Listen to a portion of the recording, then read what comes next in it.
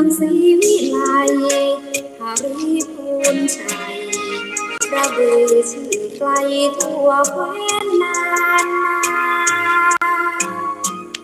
สมเป็นนครคนดีสมเป็นศักดิ์ศรีลานาสมคำชมว่าลำพูนเมืององค์พระธาตุเจ้าหาริพูนชัยผู้เมืองใหญ่ท้องชนทั่วไทยเสสองเลือนาน้อมกล่าวเนื้อรอยพุทธบาทเหมือนทิพย์สถานแวววามส่องแสงพระธรรมแห่งพุทธองค์จามมาเทวีจอมราชินีทรง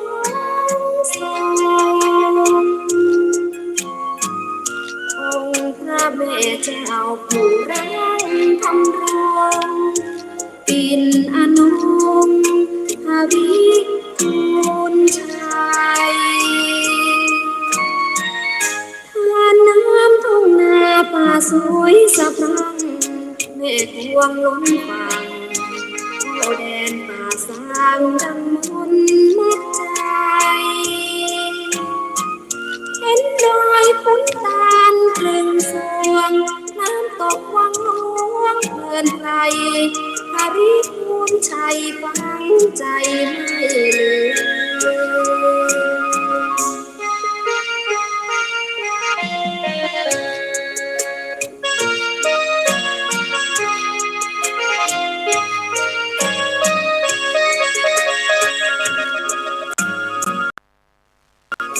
จามมาเทวีจอมราชินีทรงองค์พระแม่เจ้าผู้รังทำรงปิ่นอนงหาริพูนชัยทานน้ำทุ่งนาป่าสวยสะพรั่งเมฆพวงล้นฝั่งเข้าแดนป่าสางดังมนมัดใจเห็นดอยขุนตาลครึ่งสวงแถวชมคำหลวงเพลินใจหาริพูนชัยฟังใจไม่ลืม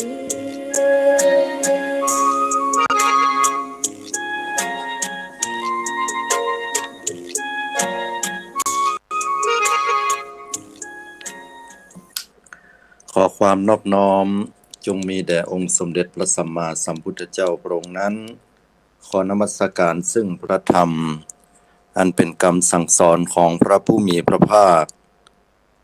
ขอน้อมรำพึงระลึกถึงคุณของพระอริยสงฆ์เจ้าสี่กู้แปดจำพวก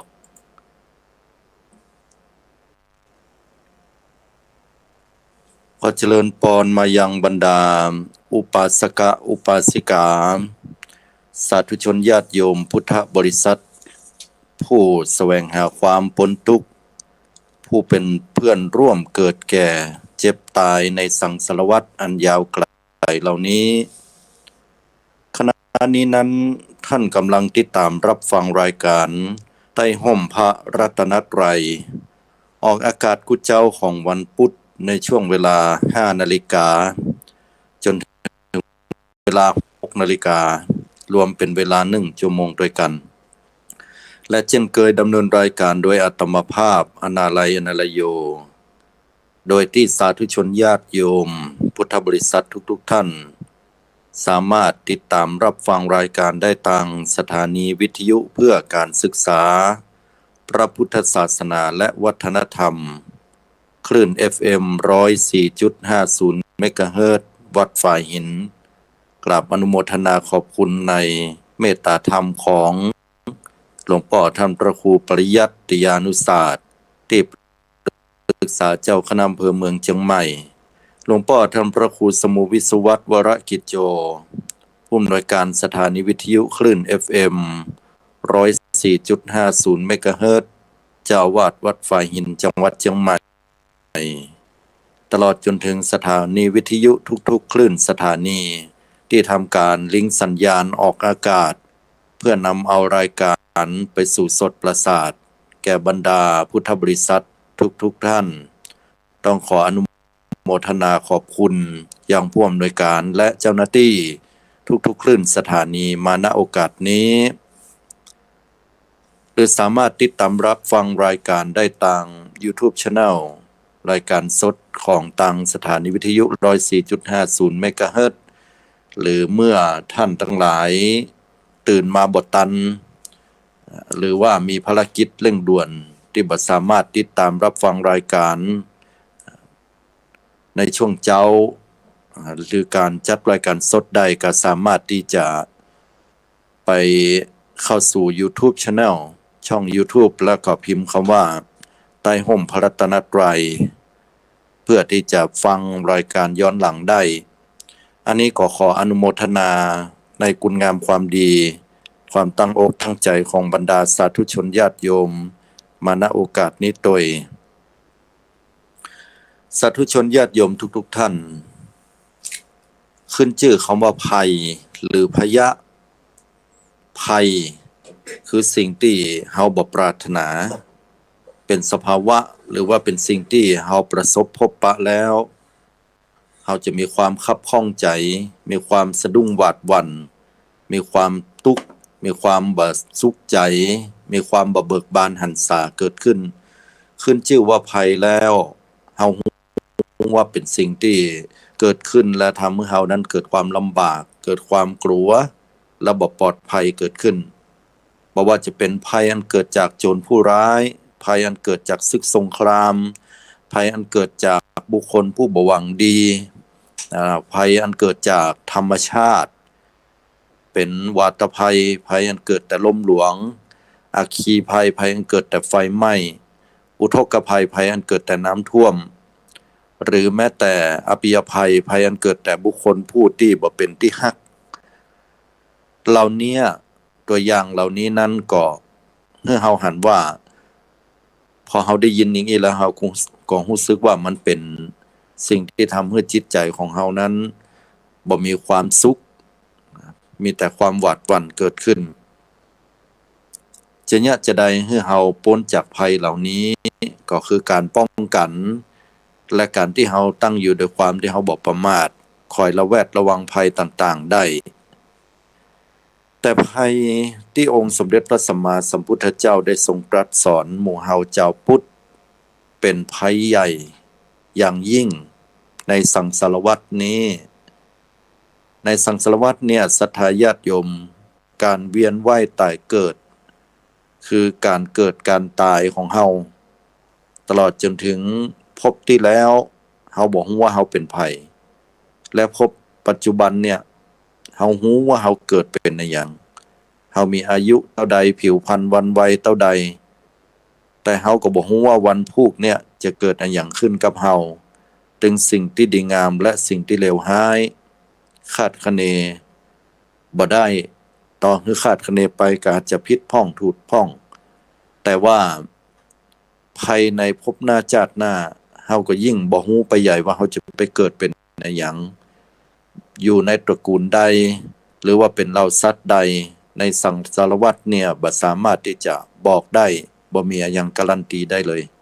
แต่เกิดเนี่ยเกิดแน่นอนนะเพราะมีเหตุปัจจัยเมื่อใดมีเหตุปัจจัยย่อมมีเหตุที่เฮาจะต้องได้เกิดขึ้นนะบ่ได้เกิดขึ้นโดยลอยๆหรือว่าบ่ได้ตายไปแล้วเนี่ยสูญไปเลยถ้าหากว่าตายแล้วสูญก็เข้าสู่ความเชื่อที่ฮ้องว่าอุเฉททิฏฐิตายแล้วก็เกิดมาแล้วก็พอตายแล้วก็สูญไปเหียโดยที่ว่าบาปบุญบ่มีผลในอย่างเลยการกระทำดีกระทำชั่วก็บ่มีผลในอย่างอีนะอันนี้เป็นความเชื่อของนักบวชหรือว่าคนบางกลุ่มที่บ่ได้เข้าใจหลักท่องแท้ในหลักแห่งกฎธรรมชาติบ่ได้รู้ในกฎธรรมชาตินั้นว่าการกระทำนี่แหละ เป็นสิ่งที่จะต้องมีผลของมันการกระทำมีผลยกตัวอย่างเช่นถ้าโยมขยันขันแข็งโยมก็มีโอกาสที่จะเก็บหอมรอมริบเงินทองไว้ได้ขยันก็ต้องได้เงินได้ร่ำรวย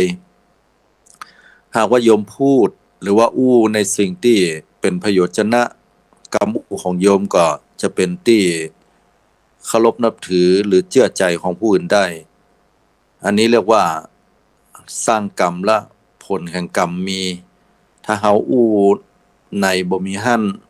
กรรมอู้ของเฮาก็บ่เป็นที่น่าเชื่อถืออันนี้ก็คือสร้างกรรมในการอู้ที่เป็นกรรมบ่แท้ผลก็คือบ่มีคนเชื่อถืออย่างเนี้ยเป็นต้นยกตัวอย่างฉะนั้นเมื่อคนเฮาเกิดมาแล้ว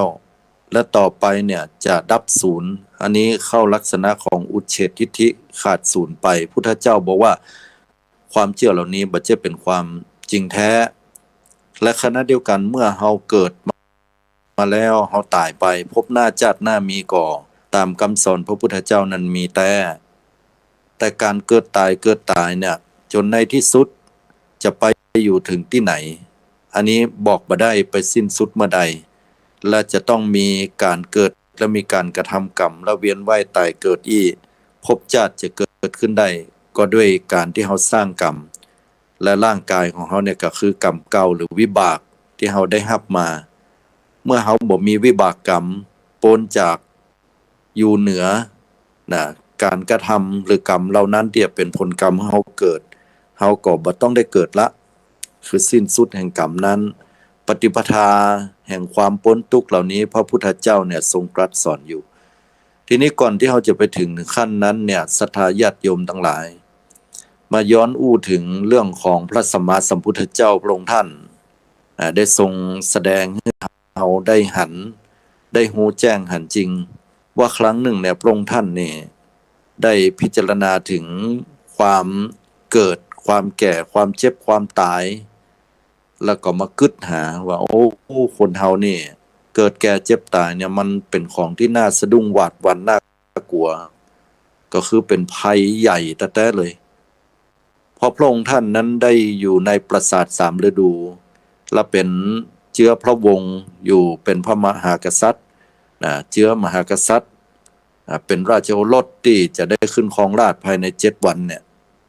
ถ้าเป็นเฮาเนี่ยถามญาติโยมกำลังจะได้ขึ้นเป็น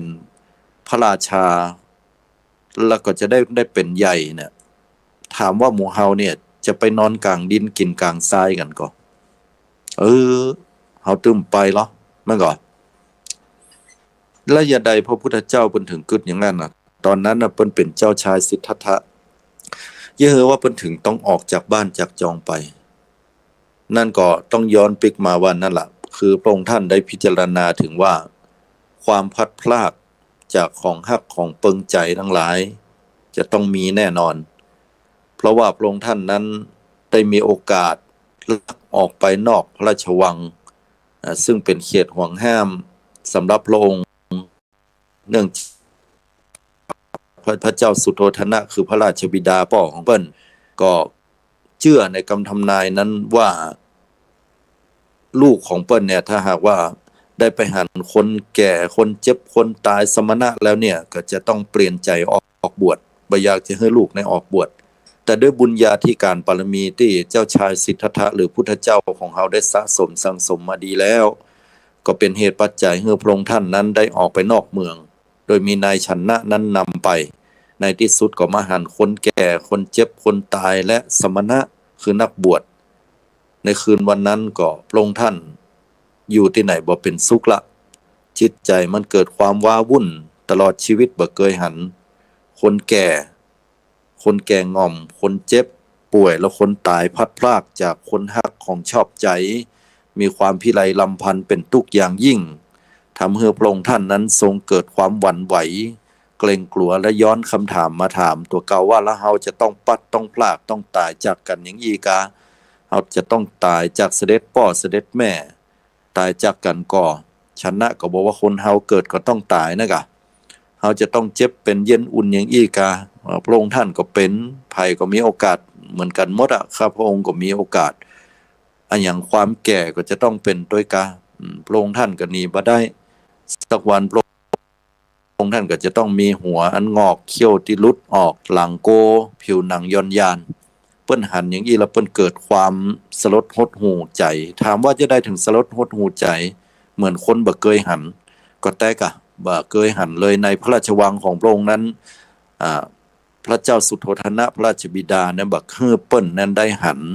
นะคนแก่คนเจ็บคนตายแล้วก็สมณะนักบวชเลยเพราะว่าประลบเหตุตั้งแต่แรกเกิดบ่เหมือนบานานบ่กี่วันเนี่ยพราหมณ์ก็ได้มาทำนายตายตักแล้วก็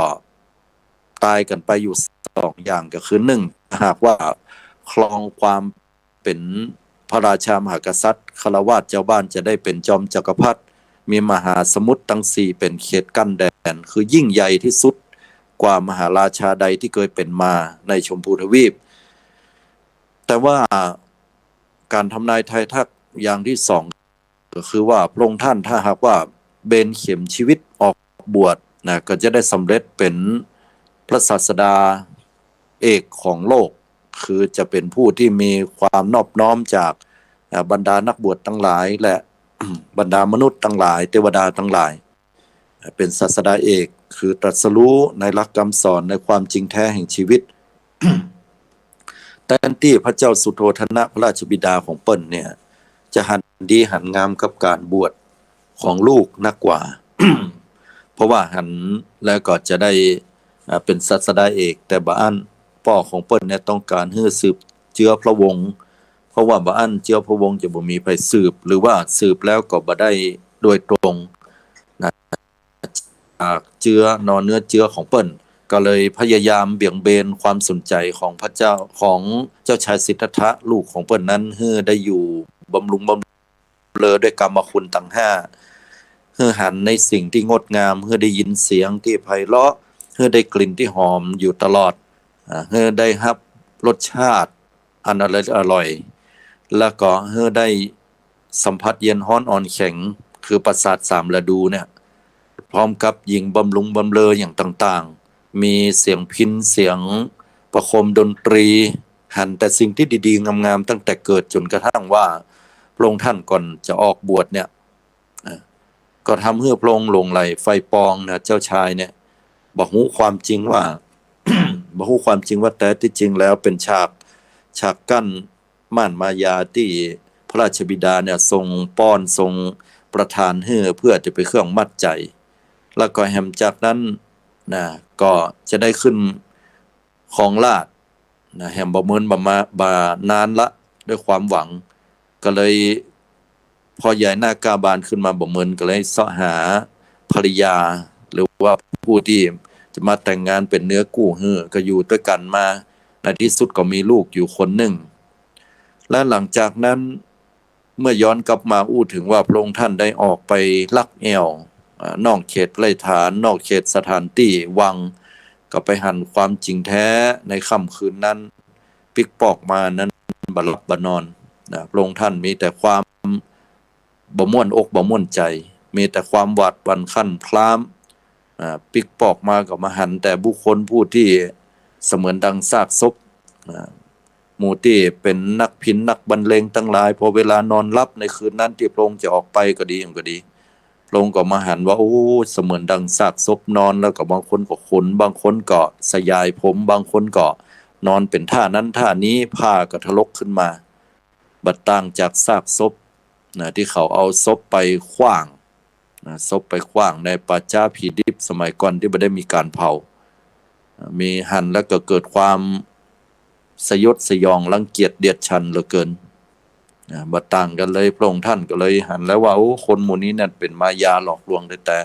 สุดท้ายแล้วก็เลยออกบวชแล้วก็แสวงหาสัจธรรมในที่สุดก็แสวงหาสัจธรรมอยู่6 ปีด้วยกันก็ได้บรรลุซึ่งความพ้นทุกข์คือหันสัจธรรมนั้นแจ้งจอดด้วยความเป็นจริงศรัทธาสาธุชนญาติโยมทั้งหลายและแล้วพระองค์ท่านก็ทรงได้นำเอาหลักธรรมคำสอนเหล่านั้นที่ได้ทรงแสวงหาเดินทางไปแต่ละสำนักไปฝึกไปปฏิบัติตามที่เพิ่นบอกว่าพ้นทุกข์ได้พ้นจากความเกิดแก่เจ็บตายนั่นก็คือสาเหตุคือกิเลสอาสวะที่อยู่ในใจจะยะจะใด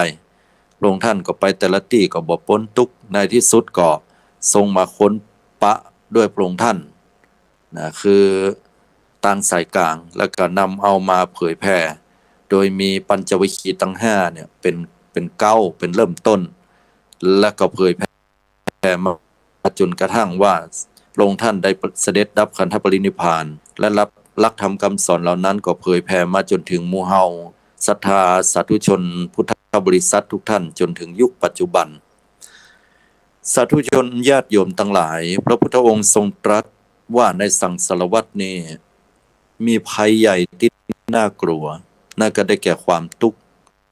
พออู้ถึงความทุกข์เนี่ยหมู่เฮาท่านทั้งหลายความทุกข์ในมีอย่างพระสัมมาสัมพุทธเจ้าทรงตรัสสอนความทุกข์นั้นว่าความบ่สบายกายความบ่สบายใจความคับแค้นใจความประสบกับสิ่งบ่เป็นที่ฮักความพลัดพรากจากของฮักของชอบใจปรารถนาสิ่งหนึ่งประการใดแล้วบ่ได้ในสิ่งเหล่านั้นก็ล้วนแล้วแต่เป็นทุกข์ทั้งนั้นเลยคนเฮาเนี่ยเวลาความโศกความเศร้ามีความสุขความเศร้าความพิไรลำพันธ์ค่ำครวญชกตีอกพิไรลำพันธ์ก็คือการให้เวลาคนที่ฮักนั้นตายไปจากไปหรือพัดพลากจากของฮักของชอบใจน้ำท่วมฉับพลันน้ำป่าไหลหลากลูกเต้าที่กำลังจับมือกันไว้อยู่ดีลุดมือไปกับน้ำหัวอกแทบสลายใจเนี่ยบ่เป็นอันที่จะต้องเป็นสุขละจะเป็นแต่ความทุกข์หันกันอยู่แต่ลุดมือไปอย่างเงี้ยเป็นต้นหรือก็มันก็กำลังจะกินข้าวแรงห้องหากันปรากฏว่ากำลังจะโทรเป็นอันว่าโทรศัพท์บ่ฮับสักกำหนึ่งมีคนโทรมาก็นึกว่าโทรปิกมาแล้วใกล้จะถึงที่ไหนได้นะเปิ้นแจ้งมาว่ากลายเป็นศพไปเหี่ยแล้วอันนี้ก็พอได้ยินเสียงก็เป็นทุกข์ละอันนี้คือการพัดพรากจากของฮักของชอบใจใครได้สิ่งใดปรารถนาสิ่งใดใครได้สิ่งนั้นสิ่งนี้แต่บ่ได้ก็เป็นทุกข์ใครได้คนฮักเฮาฮักคนนี้เหลือเกิน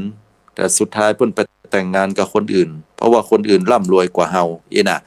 เหมือนเพลงเพิ่นว่าน่ะเมื่อใดก็ได้ยินเพลงอย่างเงี้ยแนวเนี้ยอกหักซ้ำสองน้ำตานองหน้าก็มีก็ล้วนแล้วแต่เป็นทุกข์ทั้งนั้นฮักคนอื่นไปแล้วเพิ่นฮักตอบก็ดีแต่บ่สมดังความฮักนั้นพ่อแม่บ่หันตัวก็เป็นทุกข์แถมบ่ได้แต่งงานอยู่ด้วยกันปากันหนีไปอยู่ด้วยกันก็ดีอยู่แล้วบ่พดปิกปอกมาเพิ่นซ้ำหัวก็เป็นทุกข์อยู่กันไปแล้วเป็นกู้ผัวตัวเมียกัน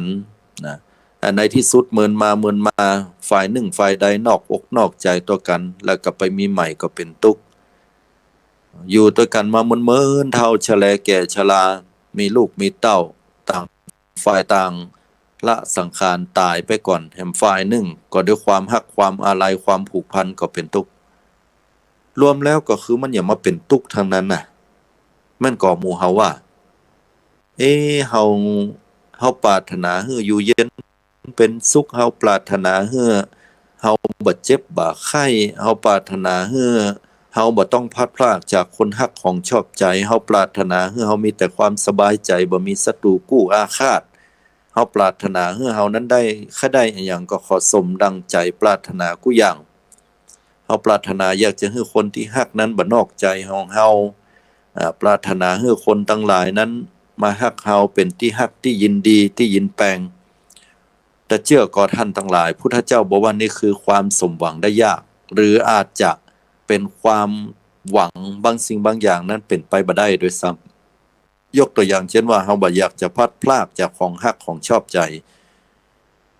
ท่านทั้งหลายคนเฮาเกิดมาก็ต้องตายเฮาบ่อยากให้คนฮักเนี่ยตายละตรงกันข้ามกับคนที่เฮาบ่ชอบเนี่ยไปไหนก็ไปเต้อน่ะบางเต้อก็แจ้งให้ไปตายหั่นตายนี่เนาะอันนี้ด้วยความใจขึ้นนี่นะต่อให้จะไปแจ้งให้อย่างใดบัดต้องแจ้งเขาก็ตายบัดตายเว้ยก็ตายจ้าคนที่ฮักก็เหมือนกันญาติโยมบัดต้องแจ้งนะถึงเวลาเขาก็ตายบัดถึงเวลาเขาก็บัดตายนะ ราะมันมีเหตุมีปัจจัยของมันอยู่บ่ต้องไปแจ้งชิงแช่งชักหักกระดูกให้จิตใจของเฮามันขุ่นมัวฉะนั้นพุทธองค์ถึงได้บอกว่าหมู่ถึงมดถึงมวลที่กล่าวมาเนี่ยล้วนแล้วแต่เป็นความทุกข์ทั้งนั้นและถ้าจะอู้ให้มันย่อๆลงมามันอย่ามากว้างแต่กว้างว่าถ้าจะอู้ย่อลงมาให้มันสั้นๆเปิ้นฮ้องว่าอุปทานคือความยึดมั่นถือมั่นในขันธ์ห้าเป็นตัวทุกข์ที่แท้จริงขันธ์ห้าเคยอู้ให้ญาติโยมฟังแล้วเนาะทบทวนให้หน่อยก็คือรูปประขันธ์ได้แก่ร่างกายนี้เวทนาขันธ์ได้แก่ความสุขความทุกข์ความเฉยๆสัญญาขันธ์คือความจำได้หมายหูตั้งตาหูจมูกลิ้นกายก็คือความจำอาศัยเหตุการณ์ในอดีตที่ผ่านมาเราจำได้ว่าคนนี้ชื่อนางจำได้ว่าเคยไปแอวไปงานบุญไปอย่างที่ไหนจำได้อย่างนั้นนี้โดยเฉพาะจำได้ง่ายที่สุดก็คือลูกหนี้เฮาอีน่ะ อย่างเนี้ยเป็นต้นจำคนฮักได้จำพ่อจำแม่จำลูกจำเต้านะอันนี้ความจำสังขารขันธ์การปรุงแต่ง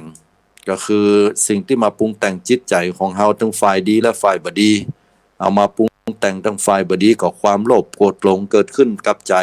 บางเตื้อใจก็ขี้โลภใครได้บางเตื้อใจมันก็มีความโกรธใจขึ้นใครฆ่าใครแกล้งกันใครด่าใครทำร้ายบุบตีหัวกันความหลงเกิดขึ้นไร้ปัญญาขาดสติฟุ้งซ่านแล้วก็มีแต่ความสงสัยใคร่รู้แต่ความสงสัยใคร่รู้นั้นบ่ได้ประกอบด้วยปัญญาอันนี้คือความหลงหรือว่าสิ่งที่มาปรุงแต่งกับใจคือความบ่โลภบ่โคตรบ่หลงเช่นความเป็นคนที่มีความอดทนความเป็นคนมีวิริยะความภาคเพียรพยายามมีศรัทธาความตั้งมั่นมีปัญญาเป็นเครื่องประกอบพิจารณาหันสิ่งที่เป็นคุณโทษประโยชน์ปัจจัยประโยชน์อันนี้ก็คือสิ่งที่ปรุงแต่งใจฝ่ายดียกตัวอย่างเช่นโยมฟังธรรมประเดี๋ยวเนี้ยมีศรัทธาที่จะฟังธรรมปัญญาก็เกิดอันนี้คือตัวปรุงแต่งจิตใจที่ดีแต่พอสักกรรมหนึ่งภายบุหูมาเอิญเข้าใจเว้ยเปิ้นมาเก็บสตางค์ไว้แม่นะแม่เปิ้นมาถามตังค์แม่วันนั้นแม่ยืมสตางค์เจ้านะไปซื้อผักหวาน3ห่อ100บัดเดี๋ยวเปิ้นมาเก็บตังค์ได้แม่เอาตังค์ให้เปิ้นตยนะเดี๋ยวก่อนจะไปฟังเตอใจบ่ดีถ้าเปิ้นฟังทำอยู่นะอันนี้ก็สังขารขันธ์ปรุงแต่งจิตใจให้เกิดความบ่สบายใจหรือว่าเกิดความงุดหงิดขึ้นมาเนาะมิ่งขึ้นมาน้อยๆเบาๆอันนี้ก็เป็นสิ่งที่ปรุงแต่งฝ่ายบ่ดีอันนี้เพิ่นฮ้องสังขารขันธ์มันกึดปรุงแต่งไปแม้แต่ความปรุงแต่งไปในอนาคตว่าวันพุธจะยามใดวันฮื้อจะยามใดเดือนหน้าจะยามใดปีหน้าปีในจะยามใดจะเป็นจะตายจะแบบไหนจะวางแผนชีวิตอย่างไรอันนี้ก็เป็นความกังวลใจไปในอนาคตเรียกว่าสังขารขันธ์ปรุงแต่งไปในอนาคตสุดท้ายข้อที่5คือวิญญาณขันธ์ก็คือความรู้อารมณ์นะรู้อารมณ์ตั้งตาตั้งหูดังตั้งลิ้นตั้งกายและหูตั้งใจ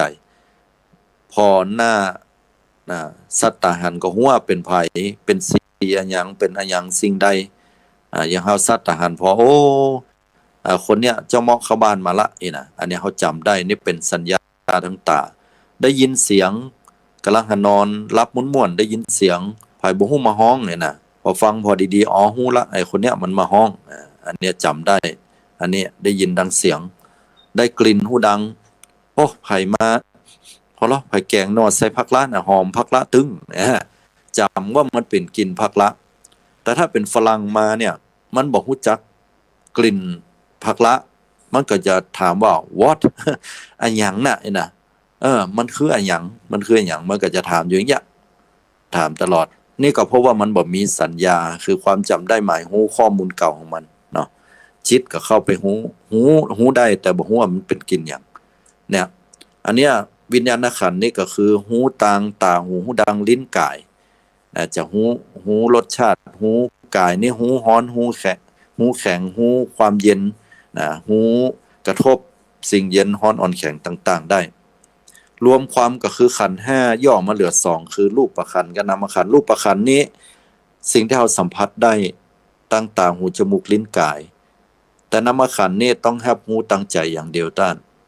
หรือจะเอาง่ายๆเข้าใจง่ายๆก็คือขันธ์ห้าก็คือกายกับใจง่ายที่สุดจบข่าวใจในที่นี้ไม่ใช่หัวใจนะโยมหัวใจนี่ยังเป็นกายนะแต่ว่าใจในที่นี่คือความรู้สึกนึกคิดต่างๆเนาะเนี่ยแยกเป็นรูปเป็นนามเนี่ยอย่างเงี้ยขันธ์ห้านี่เฮา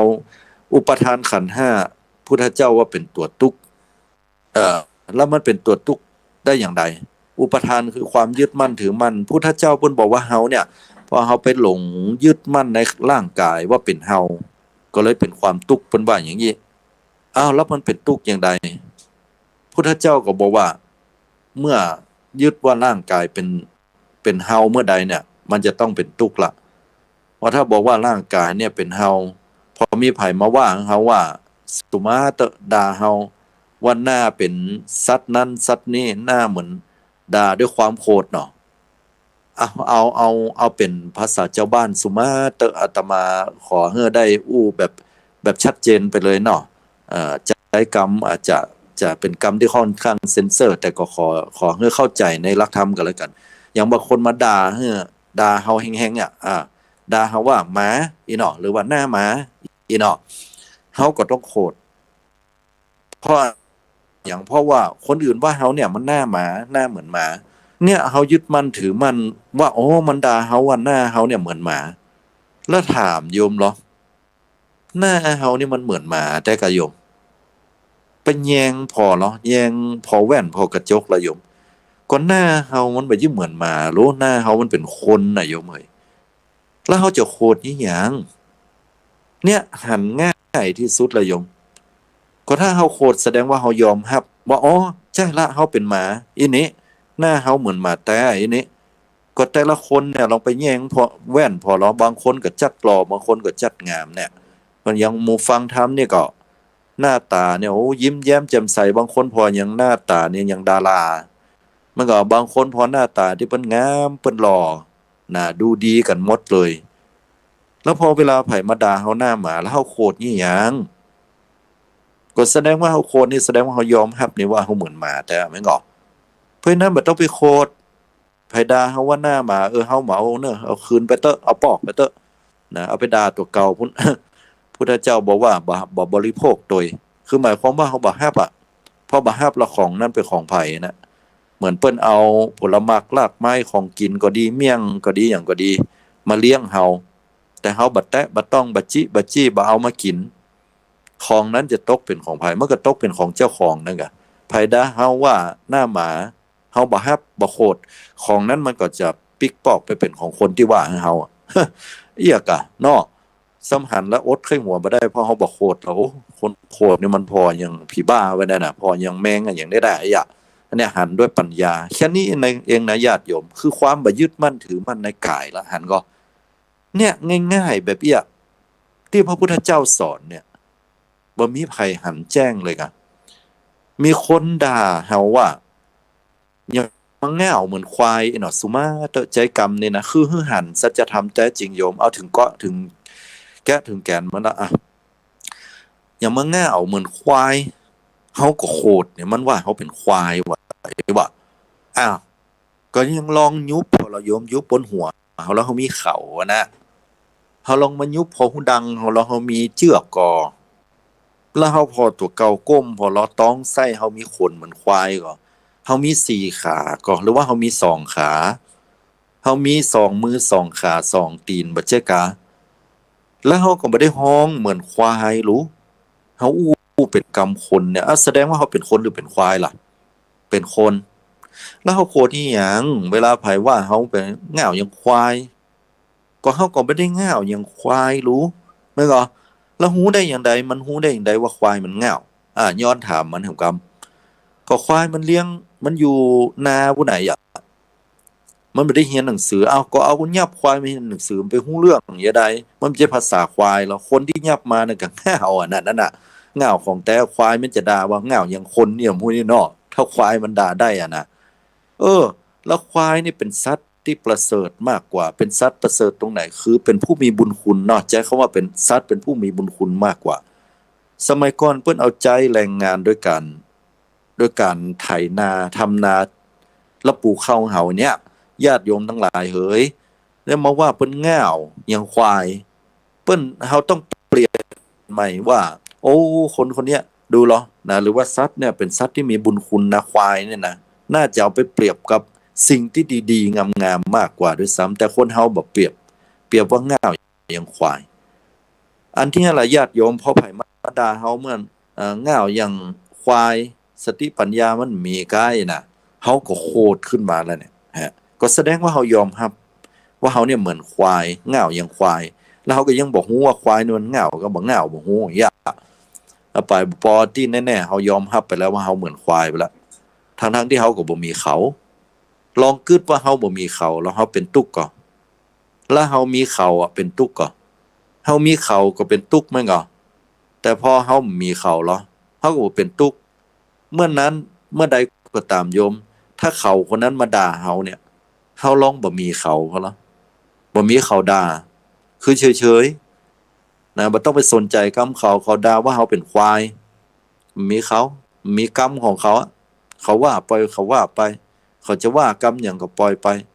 บ่มีเขาเฮาเป็นตุกก็มันก็บ่เป็นตุกเพราะเฮาบ่เอามาใส่ใจแต่เมื่อใดมีเขาขึ้นมาแล้วเขาด่าเฮาว่าเฮาน่ะมีคำว่าเฮาอยู่เนี่ยก็เป็นตุกข์ฉะนั้นรวมความแล้วเมื่อใดก็ตามที่เฮายึดร่างกายเนี่ยรูปขันธ์เนี่ยว่าเป็นเฮาแล้วเฮาเป็นตุกข์เนี่ยชัดเจนที่สุดที่ถูกด่าว่าเป็นหน้าหมาถูกด่าว่าง่าวเหมือนควายเนี่ยอันเนี้ยศรัทธาญาติโยมชัดเจนที่สุดแล้วว่าเฮายึดมั่นถือมั่นในรูปขันธ์ร่างกายนี่และนักไปกว่านั้นเฮาขอร่างกายนี่บ่แก่ได้ก็โยมบ่ได้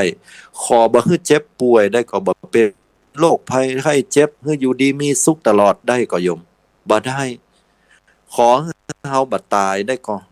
หมดลมหายใจคือตายขอเฮามีลมหายใจยาวไปอยู่เย็นเป็นสุขยาวไปอย่าได้ก็โยมบ่ได้ทุกคนน่ะจะต้องเข้าไปสู่ความแก่ความเจ็บและความตายเหมือนกันหมดทุกท่านทุกคนทุกรูปทุกนามบ่เว้นแม้แต่ผีสางนางไม้เทวบุตรเทวดาย่อมมีความเสื่อมไปเป็นธรรมดาและดับไปมีความเกิดขึ้นแล้วสุดท้ายก็ต้องดับทุกรูปทุกนามสังสารวัฏเนี่ย31ภพภูมิมีความเกิดแก่เจ็บตายเหมือนกันหมดเกิดแล้วก็ต้องดับขึ้นแม้บางภพบางนี้อาจจะมีความแก่แต่ว่าความแก่เหล่านั้นก็บ่ปรากฏหรือปรากฏน้อยก็ตามบางภพก็ที่สุดแล้วเกิดมาก็ต้องดับอยู่ดีบ่มีภัยเป็นอมตะนิรันดร์กาลเลยบ่มีเลยเป็นไปบ่ได้และยิ่งมนุษย์คนเฮาเนี่ยหันทุกข์50หันสุข50จะหันง่ายที่สุดแต่หันง่ายเนี่ยเฮาแทนที่จะหันความทุกข์ได้นักเนาะเฮาก็ปฏิเสธความทุกข์ไปอย่าก็ด้วยความยึดมั่นถือมั่นว่ากายเนี่ยเป็นของเฮาจะต้องบาแก่เฮาจะต้องมีแต่ความสุขอย่างเดียวเอาปรารถนาได้แต่ว่าจะสมหวังก็มันก็บ่สมหวังอุปมาเหมือนกับเฮาต้องการหวังในรางวัลที่1แจ็คพอตอย่างเงี้ยหวังได้แต่โอกาสที่มันจะถูกนะยากเหลือเกินอันนี้ยังมีโอกาสที่จะถูกนะ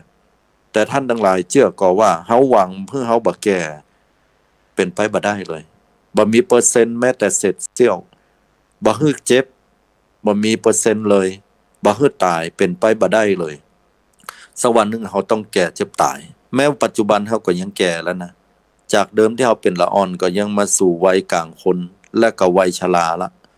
สักวันเฮาก็ต้องลาลับจากโลกนี้ไปอันนี้แบบหลักธรรมคำสอนที่แต่ว่าหมู่เนี้ยมันเป็นความทุกข์ทั้งนั้นอันนี้คือรูปขันธ์คือร่างกายว่าเป็นเฮาและเป็นทุกข์และนามขันธ์เหรอก็นามขันธ์ก็แน่นอนเลยเนี่ยอย่างที่ว่าตะกี้ก็คล้ายกันเหมือนกันพอเวลาไผว่าอย่างบ่ถูกหูไผเนี่ยหยังบ่ถูกตาบ่ถูกใจก็เป็นทุกข์ละญาติโยมทั้งหลายไผมาอยู่ใกล้เดือดหัวก็ดีหรือไผมาเดือดหัวเฮาไผมาบุบหูตีตาทำร้ายคนที่เฮาฮักคนที่เฮาปรารถนาดีเฮาก็เป็นทุกข์ไปหมดเนาะเพราะฉะนั้นเมื่อเฮาพิจารณาว่าเฮาแค่ได้แต่ความสุขเฮาบ่อยากได้ความทุกข์แต่สุขมันบ่เกิดความทุกข์ขึ้นมาเฮาก็ยิ่งเป็นความทุกข์ใจนั่นแหละ เฮามีความสุขกำลังม่วนงานเพลิดเพลินอยู่ดีๆนะพอเวลาไผมาทำให้ช่วงเวลานั้นหมดไปเฮาก็เป็นความทุกข์ละยกตัวอย่างเช่นว่าเฮานั่งพอทีวีม่วนๆพอละครพออีเกเนาะเฮาพออีเกพอซอดีนะในมือถืออยู่ดีกินได้มือถือมันเป็นหยังก็บ่ฮู้ดับไปเหียใจขึ้นเอากำขว้าง มือถือมันงองแงอยู่นะเอาละไปซื้อใหม่มันจะเสี่ยงบอกได้บอกมอกมาร้อยนะ เอาเครื่องบอก3-4 ปันนี่มันบ่ดีเล่นเนี่ยพอเครื่องสักหมื่นปลายแล้วมันจะเป็นได้พ่องจ้าก็จ้าอีนะใจขึ้นความโกรธเกิดอารมณ์ตั้งใจแปรปรวนความสุขตั้งใจบ่มียึดมั่นถือมั่นว่าจิตใจเนี่ยเป็นเฮาเป็นของเฮาทั้งที่จิตใจเนี่ยมันเกิดดับอยู่ตลอดเวลาเลยญาติโยมทั้งหลายนะเฮาสังเกตคนเจ้าอารมณ์เดี๋ยวขดเดี๋ยวเกลียดเดี๋ยวดีเดี๋ยวหายอย่างเงี้ยคนเฮานี่ก็แปลกอารมณ์คนเฮานี่มันเปลี่ยนแปลงอยู่ตลอดจิตมันเกิดดับอยู่ตลอดเฮาก็ยึดบ่ได้ว่ากายใจเนี่ยเป็นเฮาเป็นของเฮาเป็นตัวตนของเฮาเมื่อเฮาได้รับรู้รับทราบอย่างเงี้ยเฮาจะคลายความยึดมั่นถือมั่นนะในสิ่งที่เกิดขึ้นได้ว่าอะไรก็ตามจิตใจก็ตามเนี่ยมันล้วนแล้วแต่บัจเจของใจและบัจเจของคนอื่นตัวแต่มันมีสาเหตุเกิดขึ้นโดยเหตุปัจจัยร่างกายนี่เกิดขึ้นโดยเหตุปัจจัยก็คือการสร้างกรรมของเฮาในอดีตชาติที่เฮานี่คือยกสมมุติว่าตัวอย่างว่าเป็นเฮานี่นะเกิดการทำกรรมไว้ในอดีตถ้าเฮาทำไว้อย่างใดเฮาทำไว้อย่างใดเนี่ยเฮาก็จะได้เป็นผู้ที่รับผลของกรรมในปัจจุบันเนี่ยหันก็และเฮาในอดีตก็บ่ใช่คนเดียวกันกับเฮาในปัจจุบันนี่นะญาติโยมบ่เดียวที่ว่าเป็นตัวเฮาเนี่ยมีกายมีใจสมมุตินะว่าเข้าใจง่ายคือว่าเป็นตัวเฮานี่นะชื่อแก้วชื่อมีชื่อมาชื่อคำชื่อหยังก็แล้วแต่ที่นั่งอยู่บ่เดียวเนี่ยฟังธรรมอยู่เนี่ยก็บ่ใช่เฮานะที่เป็นคนในอดีตและคนในอนาคตที่เป็นตัวเฮาเนี่ยในวันแห่งบ่บึดเนาะหรือว่าแห่งวันพูกแห่งวันฮือแห่งวันนึงแห่งเดือนหน้าปีหน้าก็บ่ใช่คนที่นั่งอยู่บ่เดียวนี่นะคนละคนกันญาติโยมบ่ใช่คนเดียวกันอ้าวตุเจ้าว่าบ่ใช่คนเดียวกันก็แต่เจ้าเฮานั่งหั่นแล้วเฮามาอยู่นี่เหรอก็มันบ่ใช่คนเดียวกันมันเป็นไผน่ะอันนี้คือเฮาเข้าใจเพียงแค่สั้นๆเฮาบ่เข้าใจเลิกแต่ที่จริงจิตใจมันเกิดดับมาตลอดแต่ที่จริงร่างกายเซลล์เนี่ยมันก็เกิดดับอยู่ตลอดถ้าเฮาเซลล์ร่างกายเนี่ยมันอาจจะดับช้าหน่อยแต่มันดับแน่นอนจากความเจริญก็คือสู่ความเสื่อมไปแต่มันหันยากนะเพราะนั้นแล้วเนี่ยมันมีความเกิดดับอยู่ตลอดอธิบายได้ยากอยู่แต่ว่านักวิทยาศาสตร์อย่างหมอนี่จะรู้ดีนะหรือว่าเฮาพิจารณาให้ดีอย่างจิตใจเนี่ยมันเกิดดับอยู่ตลอดอย่างท่านทั้งหลายนั่งที่นี่ปุ๊บฟังอาตมาหูเรื่องก็หูเรื่องแต่ถ้าโยมลองบินหน้าไปพอทางข้างทางซ้ายมือเหรอหันในอย่างก็หันนั่นละโยมไปสนใจสิ่งที่หันนั่นละแล้วก็แวบปิกมาแหมได้ยินเสียงบาเดียวนี้แหมนะอันเนี้ยญาติโยมทั้งหลายเปิ้นฮ้องว่ามันเกิดดับเว้ยขนาดจิตเนี่ยเกิดดับนับประมาณบ่ได้เฮาก็มายึดมั่นถือมั่นว่าจิตนี่เป็นเฮาเป็นของเฮาก็เลยเป็นสาเหตุส่วนหนึ่งที่นำพาเฮาว่ามีตัวมีตนแล้วก็บ่พ้นทุกข์พาไปเกิดทีนี้เฮาแปลกใจก็ว่าฤาษีชีไพรหรือว่าคนต่างศาสนาเนี่ยเขาจะได้บรรลุความเป็นพระอรหันตเจ้านะหรือว่าเฮาคนบ่ต้องอย่างนักหมู่เฮานักปฏิบัติธรรมทั้งหลายหรือว่าคนถือศีลกินทานปฏิบัติธรรมเนี่ยจะได้เฮาถึงมาบรรลุเฮาเคยได้ฟังว่าสมัยพุทธกาลไปฟังธรรมพุทธเจ้าก็ยังมาบรรลุง่ายแต่ง่ายว่านะเป็นพระโสดาบันว่าเป็นพระอนาคามีเป็นพระอรหันต์อย่างว่าอย่างมาบรรลุง่ายแต่ง่ายว่านะเฮาเนี่ยฟังธรรมมาตลอดตั้งแต่เป็นสาวแล้วบัดเดียวมันจนถึงบัดเดียวบ่หันเป็นโสดาบันเหรอเนาะบ่หันเป็นพระอรหันตาเหรอน่ะเนี่ยหือเฮาอย่างมาบ่บรรลุโยมสงสัยก็ตุเจ้าพระเนรเฮาเนี่ยฟังธรรมกุวันสวดโยโกฮ้องก็ดีอย่างก็ดีเนี่ยสวดมนต์ก็ดีได้รับกรรมแปรเนาะก็พิจารณาไปโดยหันทุกข์นะจากญาติจากโยมเนาะมาอู้ให้ฟังก็ดีท่านประสบปัญหาความทุกข์สุขภาพร่างกายบ่ดีเป็นไขมันพอกตับว่าอาหารการกินดีล้ำไปเนาะเป็นเหตุปัจจัยเหมือนกันเนอะ บ่ได้ออกกำลังกายว่าเป็นโรคนั้นโรคนี้เข้ามาสักหลังเตื้อนะเป็นตุหลวงเจ้าวัดเป็นผู้ปกครองมานะจิตใจก็ได้รับนะครับสิ่งต่างๆที่มันวนเวียนเข้ามาปัญหาทุกอย่างก็เป็นทุกข์ญาติโยมเองก็เหมือนกันมีลูกมีเต้านะลูกเต้าบ่อยู่ในกรรมสอนก็เป็นทุกข์บ่ฮู้ว่าวันผู้จะเอาเงินทองที่ไหนมาใช้จ่ายก็เป็นทุกข์หมดเลยละเฮาฮู้อยู่นะว่าสิ่งเหล่านี้เฮาฟังน้ำฟังธรรมอยู่แล้วเฮาอย่าได้บรรลุความเป็นพระอริยเจ้าคำตอบก็คือง่ายๆเลยคือเฮาบ่เข้าใจในอริยสัจทั้ง4ประการอริยสัจทั้ง4บ่เข้าใจและที่สำคัญก็คือเฮาบ่เป็นสัมมาทิฏฐิเตื้อถ้าในการปฏิบัติมรรค8เนี่ยสัมมาทิฏฐิความหันชอบเนี่ยหรือว่าความหันที่ถูกต้องตัวนี้แหละญาติโยมทั้งหลายบอกว่าจะเป็นตุเจ้าพระเนนบอกว่าจะเป็นเจ้าบ้านที่เฮาบ่บรรลุธรรมเด้อเนี่ยเพราะเฮายังบ่เป็นสัมมาทิฏฐิความหันที่ถูกต้องแม้เฮาจะปฏิบัติตามมรรคแห่ง7ข้อไปก็ตามปฏิบัติให้เคร่งครัดเท่าใดเพียงใดก็ตามว่าหยังมาบ่บรรลุเตื้อให้นะเพราะว่าเฮายังบ่เป็นทิฏฐิที่ถูกต้องได้เตื้อคือสัมมาทิฏฐินั้นพุทธเจ้าจี้ไปในเรื่องของการหันในอริยสัจทั้ง4คือหันทุกข์ต้องหันทุกข์อย่างแท้จริงพิจารณาเห็นสภาวะต่างๆและที่สำคัญคือสมุทัยสาเหตุของมันก็คือความยึดมั่นสมุทัยคือสาเหตุคือความอยาก3ประการก็คือกามฉันทะความอยากในกามคุณ5พยาปทะความพยาบาทเนาะขออภัยภวตัณหาความอยากในภพนะในภพภูมิวิภวตัณหาความอยากในความเป็นอภพคือเอาง่ายๆในตัวเนี้ย3อย่างอธิบายคือกามภพหรือว่ากามตัณหาเนี่ยเป็นเหตุปัจจัยให้ไปเกิดภพภูมิต่างๆที่เป็นกามภูมิถึงมดถึงมวลบอกว่าจะเป็นอบายภูมิ4นรกเปรตอสุรกายสัตว์เดรัจฉานนะยังพึงพอใจอยู่ในภพโลกมนุษย์ยังพึงพอใจเป็นเหตุปัจจัยให้ไปเกิดที่สวรรค์6ชั้นอันนี้เป็นกามภูมิแล้วก็ภวตัณหาความอยากเป็นนั่นเป็นนี้เนี่ยหรือว่าความปรารถนาที่ไปเกิดในภพภูมิที่เป็นรูปภูมิแห่ง16ชั้นนะในชั้นพรหมนะอันนี้ก็เป็นชั้นรูปภูมิแห่งเป็นเหตุปัจจัยให้ไปเวียนว่ายตายเกิดอยู่วิภวตัณหาตัวนี้ก็เป็นเหตุจักนำปานะยกตัวอย่างเช่นว่าภาวนาปฏิบัติธรรมแล้วถึงขั้นสูงสุดที่เรียกว่าอรูปฌานก็มีจิตใจที่อยากจะไปเกิดในอรูปปรารถนาอยู่แค่นั้นบ่ปรารถนาในความพ้นทุกข์แต่ก็เป็นเหตุเป็นปัจจัยไปสู่อรูปภพนะอรูปภพเป็นวิภวตัณหาอันนี้ก็เวียนว่ายตายเกิดสรุปก็คือ31ภพภูมิเนี่ยก็เลยบ่ได้ไปไหน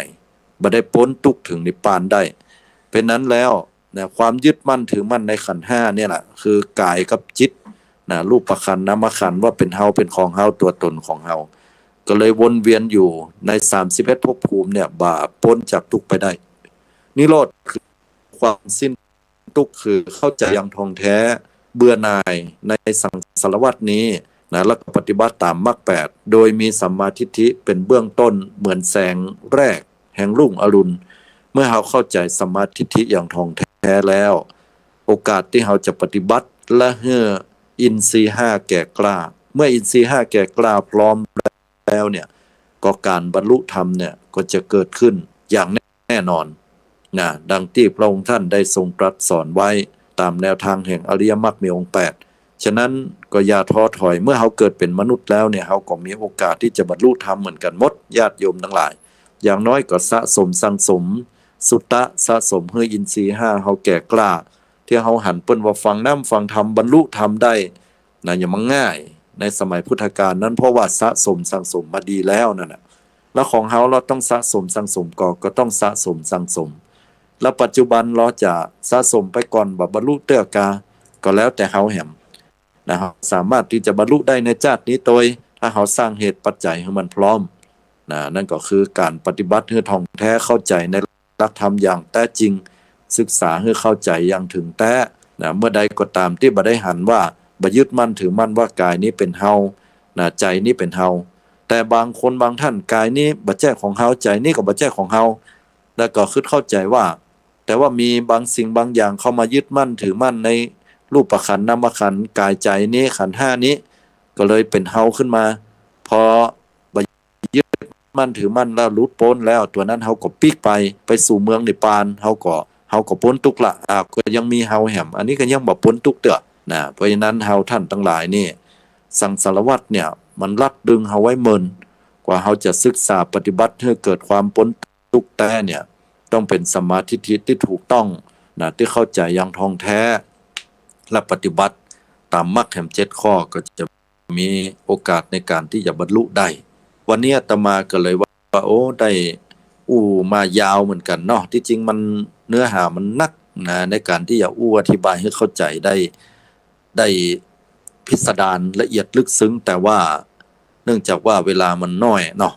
จะเปิดโอกาสให้ได้ถามกันพ่องเวลาที่เหลือสักเล็กน้อยเนี่ย ศรัทธาญาติโยมโทรเข้ามามาจากกันได้เนอะที่หมายเลขโทรเอาแหม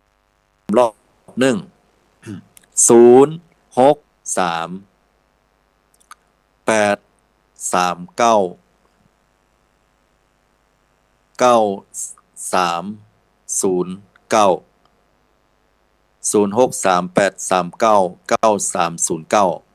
โทรมาเลยนะญาติโยมทั้งหลายนะแล้วมีคำท่องคำถามหรืออันใดจะถวายกำลังใจได้อุจาปราศัยซึ่งกันและกันได้เนอะศรัทธาสาธุชนญาติโยมตักกันเข้ามาได้โทรมาแล้วดีใจไผ่โทรมานะสุดเลขท้าย6243ขออนุญาตรับสายนอเดี๋ยวเนอะเจริญปอนโยมอากาศเจ้าแม่ฟังอยู่ไผ่นะจ๊ะเนี่ยแม่คือแก้วสีโมทลานเจ้าสาธุอนุโมทนาได้ฟังน้ำฟังธรรมเนาะเจ้าอนุโมทนาได้แต่ปีนี้ท่านกับแม่ยังได้ปะกันเลยบ่ได้มีโอกาสปะกันเตื้อเนาะเดี๋ยวโอกาสหน้าที่จะได้ปะอยู่โยมเจ้าอันเพราะว่าป้าแต๋วเพิ่นบ่ไปฟังแล้วแม่ก็เลยไม่ได้ไป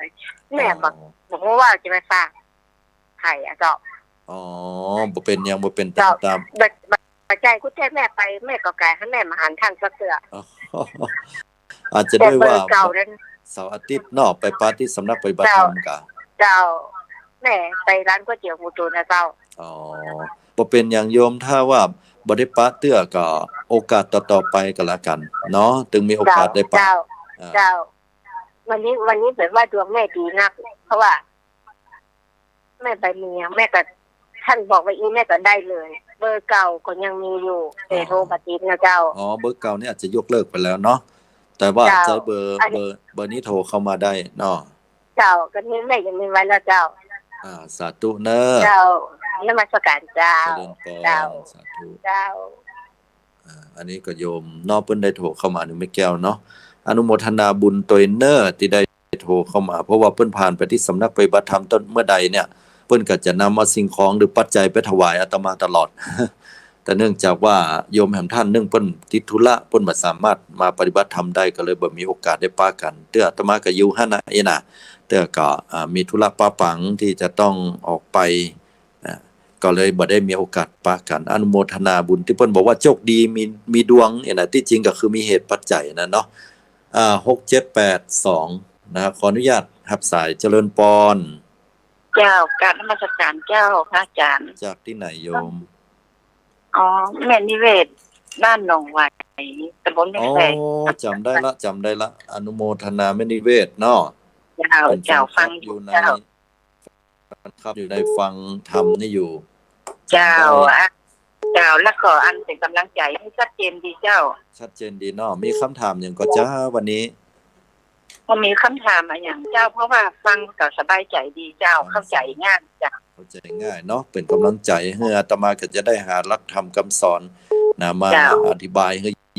ญาติโยมเข้าใจถึงหลักธรรมของพระสัมมาสัมพุทธเจ้าต่อไปเนาะเจ้าการนมัสการเจ้าสาธุอนุโมทนาเจ้าเจริญพร